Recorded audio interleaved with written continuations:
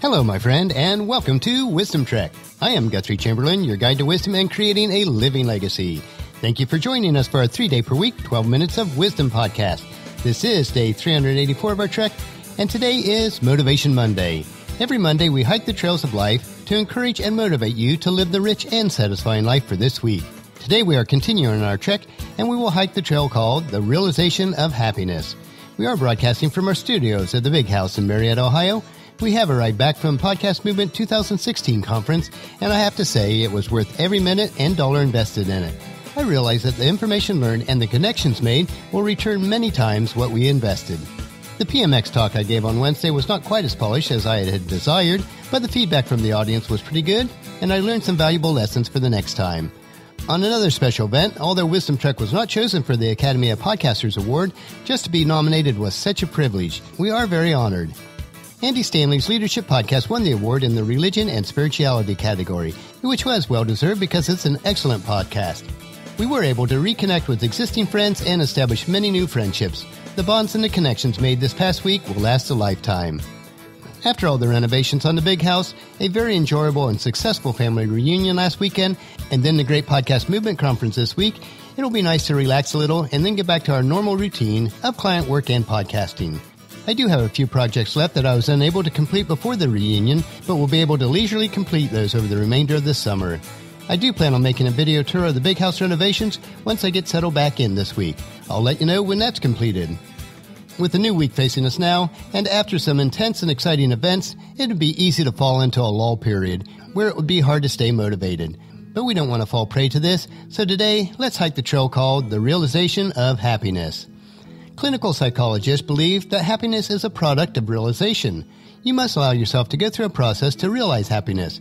While we may or may not experience happiness all the time, we can take steps to ensure that we are happier in all aspects of life.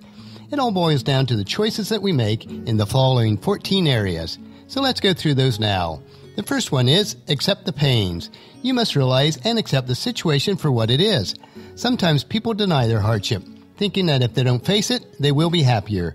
But it's the other way around. Allow yourself to go through the pains. Live life how it really is today, and not what you hope it to be. Joy is even a greater sense of happiness because it defies circumstances. The Apostle Paul wrote in Philippians chapter 4, verse 4, "Always be full of joy in the Lord." I will say it again, rejoice. The next aspect is to choose not to stay in pain. This is a self-choice, or could be called self-empowerment. You can either be bitter about the pains and feel very powerless, or you can make the choice to do something about them and feel powerful enough to handle them. It's your choice to live with or without the pain. The next aspect is to forgive yourself and other people. Before forgiveness comes in, think about how other people really do hurt. Then realize that you can see yourself for who you actually are and not how others want you to be. So finding happiness is never rooted in the outside, but the inside of you. What you see, how you view things, and what you want. And that leads to your choice, to live your life with yourself. Learn to accept all the apologies that you never receive. It is then that you'll be able to free yourself from the control of others. The next aspect is to take responsibility for your life. You sometimes allow yourself to let other people, circumstances, or pains in the past to rule your lives.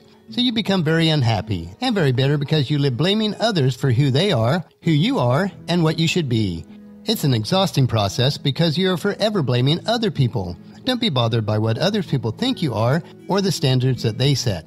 Take responsibility for your own life. It is not other people's responsibility to love you, it's yours. The next aspect is learn to let go and trust yourself. To be happy means learning to let go of the expectations from yourself or from other people. You can't always have your way. At work or at home, you can't always be sure your strategies will work or your plans will happen. But before you let go, have a deeper trust in yourself. The next aspect is to learn to receive blessings. Think of all the little things that make you happy or the other people who encourage you and give you assurance where you are good. You do have reasons to be happy. The only problem is that you don't see them all the time or you take them for granted. You need to have eyes and hearts to see and feel the little and simple things of life and realize that all things that make you happy have come along their way. Choose to enjoy the little and simple things of life. The next aspect is to have somebody to turn to. Even if you're in great turmoil, there are people who will support you. Too often we stick with people who just make us unhappy. If you're unhappy, seek people to encourage and nurture you. You do become like those who you invest the most time with, so seek out others who will serve as a wellspring of inspiration, and don't forget to do the same for them. The next aspect is to be hopeful. Have true and lasting hope. It is better than being optimistic since it is whole, real, and established in faith. Sometimes your optimism can be a denial of hardship. It's easy to fake optimism about things, but inside you, you're anxious about them. Hope is deeper. It is something to look forward to, even when you do recognize the difficulties and the pain. The more hopeful you are, the more you recognize that even when a situation is bad and difficult to handle, in the end you know it will bear good results. You don't deny the difficulties, you're touching the ground instead. As Hebrews chapter 11 verse 1 tells us, faith is the reality of what is hoped for and the evidence of things that we cannot see. The next aspect is to keep your faith alive. There are points in your life where you can't handle problems alone. Think about someone who is wiser, stronger, and who loves you dearly to take care of you. Having faith in God will give you that hope, and allowing others to minister in your life will keep your faith alive. The next aspect is you can actually give intangible gifts even without your conscious effort. While it may not manifest itself immediately, people will tell you later that you have helped them, and gradually you will feel that you're making a difference in their lives. It's a deeper gift. When you help others, they affirm it by saying, "Thank you," and be blessed by your goodness. It is then that you realize that you are a good person, and your goodness is not merely based on meeting deadlines, getting a raise, or some self-benefit. It is more of proving your self-worth based on being loved for who you really are, and not simply for the results that you can deliver or the material contribution to your company or organization. This strengthens your positive attitudes toward the difficulties in life. The next aspect is to be grateful. You have to develop within yourself a sense of gratitude. You should be thankful for what you do have, but you should also recognize that there are things that you can do to improve your life.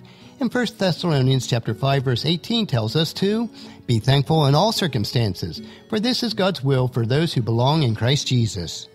The next aspect is it's all in the mind. We are unhappy because we think we are. Unhappy people are attached to their unhappiness. They refuse to change. When you think negatively, then you attract negative thoughts. If you think tragedy will fall on you, it becomes a self-fulfilling prophecy. Unconsciously, you will make it happen. Of course, the converse is true. It boils down to happiness is a choice. The next aspect is money isn't everything. People accumulate more and more money, but the amount of happiness that they can buy gets smaller and smaller. Although more money may bring a greater feeling of empowerment, study shows that personal relationships, spirituality, and feelings about yourself more directly influence your well-being and happiness. Money should never be viewed as a source of happiness, but a source that will allow you to have better options and to make better choices in life and an opportunity to positively impact the lives of others. And the last aspect is discover the best friend in you. We can all change for the better, and you can be happy even with yourself by discovering the best friend in you. Get real. Don't be hard on yourself with those high and unattainable goals. It's time that you don't look for happiness outside of you. Today, let someone love you just the way you are, as flawed as you might be, as unattractive as you sometimes feel, as incomplete as you think you are. Yes, let someone love you despite all of this, and let that someone be you. To create a living legacy, you must learn to love others unconditionally. This is a fact. But here's the caveat. You can never unconditionally love others until you first unconditionally love yourself. We have hiked the trail of the realization of happiness. To a large extent, we are in control and responsible for our own happiness. Also, we can experience a deep sense of abiding joy in our lives regardless of our circumstances. Let's take the lessons that we learned from today's trail and apply them each day. Our next trek will be Wisdom Wednesday, where we will explore the nuggets of wisdom found in Proverbs chapter 14. So encourage your family and friends to join us and then come along with us on Wednesday for another day of Wisdom Trek, Creating a Legacy. That will finish our trek for today. Just as you enjoy these doses of wisdom, we ask you to help us to grow Wisdom Trek by sharing it with your family and friends through email, Facebook, Twitter, or in person when you meet with them, and invite them to come along with us each day. If you'd like to listen to any of the past daily treks, they are available at wisdom-trek.com. And don't forget to subscribe to Wisdom Trek so that each trek is downloaded to you automatically. The journal for today's trek is available at wisdom-trek.com. Thank you so much for allowing me to be your guide, your mentor, but most importantly, I am your friend, as I serve you through the Wisdom Trek podcast and journal. As we take this trek together, let us always live abundantly, love unconditionally, listen intentionally, learn continuously, lend to others generously, lead with integrity, and leave a living legacy each day. This is Guthrie Chamberlain reminding you to keep moving forward, enjoy your journey, and then create a great day every day. See you on Wednesday.